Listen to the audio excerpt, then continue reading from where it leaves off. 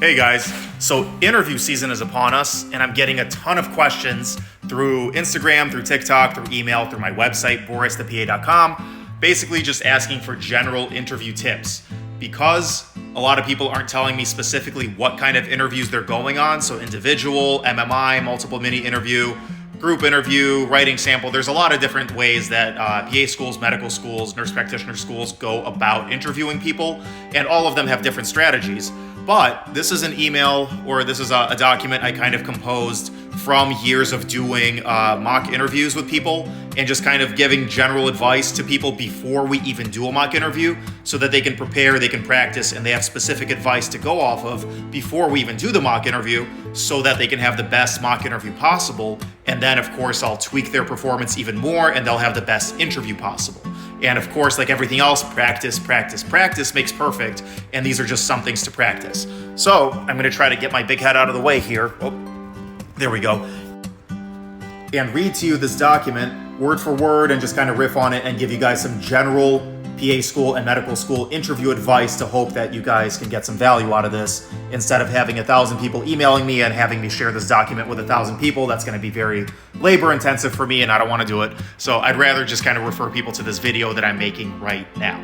So this is for the individual interview, starting with the individual interview. And this is when it's just you one-on-one or you and maybe a couple of faculty members. But as far as students being interviewed, it's just you. Okay. So I said, remember that it's okay to take a few seconds to gather your thoughts when you're being asked a question. So that's very important. It's nerve-wracking. You think that your mind's going 1,000,000 miles a minute. You don't know what to start with. And some people think that you have to have a perfect answer just right off the top of your head right away.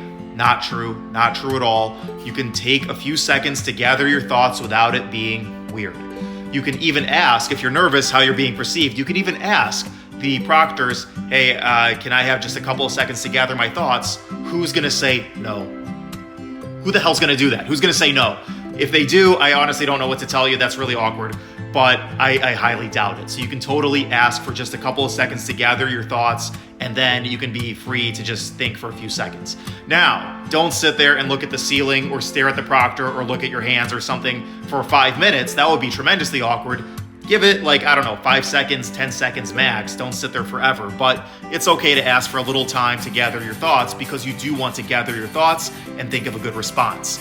So I said it's okay to do that. So what you want to do is ask yourself while you're having those few seconds to yourself, you want to ask yourself, where am I here? Okay.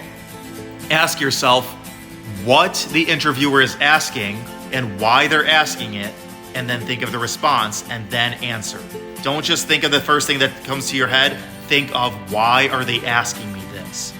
Now, this is actually some specific advice for a person me and Elijah gave advice to, but it does kind of apply to everybody, and that is you don't want to be too professional, you don't want to be too personal and lax. So what I would probably do is start off a little bit maybe too professional, just very, very to the point, very professional. Don't smile too much or laugh too much. Just kind of be, without lack of a better word, just be very professional.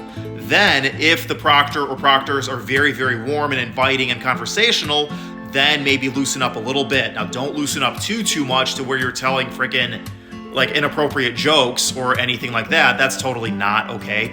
But you can loosen up a little bit, be a little bit more personal and share personal stories and be a little more conversational, asking the proctors about themselves, their own practice, their own teaching careers, whatever it may be. But start off more professional than, just kind of ultra professional, and then kind of loosen up if you see fit. Now, if the proctor's super duper professional themselves, you probably don't want to go too personal, okay? So kind of read the room, I guess, is what I'm saying. Now, next, group interviews. That is usually when it's you and 2, 3, 5 other interviewees. And usually what they'll do is give you a scenario or an activity to do, like something where they'll ask the group to work together and then come up with a group response. So not everybody just individually gives a response, but it's going to be a group response.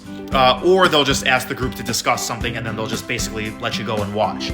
So this can be a little awkward, specifically over Zoom, because that's how things are being done nowadays, but the advice still applies. So if everyone's being very, very quiet, nobody wants to be the leader, no one wants to speak first, seize that high ground and be the leader and speak first. Now, if it's like a feeding frenzy with a bunch of type A people in the room all trying to get their piece of the action, and it's like a freaking feeding frenzy, let it die down for a hot second and then say your piece. Also, that being said, don't just wait for your turn to speak, actually respond to the last person that spoke.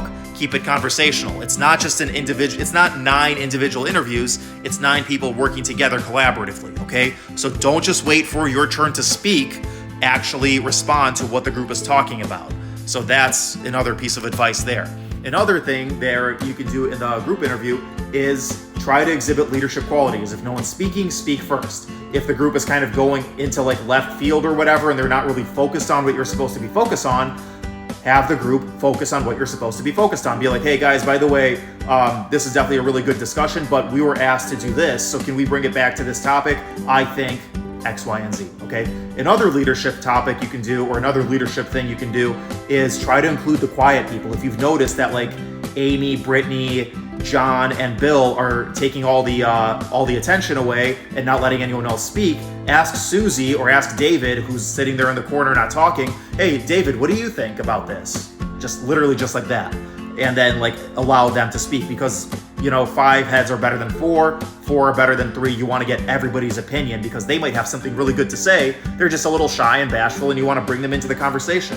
1, for the value that they have to bring, and 2, because it'll make you look good. Okay, so that's that. Now next, writing sample. This is something some people are surprised by, but a lot of schools actually have a writing sample as part of their interview. So that personal statement that you spent all that time working on and all those people helped you with, well, now you're on your own and there's a time limit. So the best way to do the writing sample is to treat it just like an individual interview. Basically, take a few seconds, think about what they're asking, why they're asking it, and come up with a good response. If you got time, maybe a little bit of pre-writing is something I always recommend. But the best thing to recommend for the writing sample and for the individual interview is to practice. Get 101 PA school or medical school interview questions, pick them at random, and just practice setting a time limit for like 15 minutes or something and writing an essay. And that way, when you get to your writing sample, you're not going to be freaking out because you've done this 100 times. You know how to write an essay under a time limit, okay? And the same thing goes with anything else. Practice, practice, practice, practice, practice. And that's how you're going to gain confidence and have a really solid interview that's going to stand out and make them want to accept you as a student in their program. All right, guys.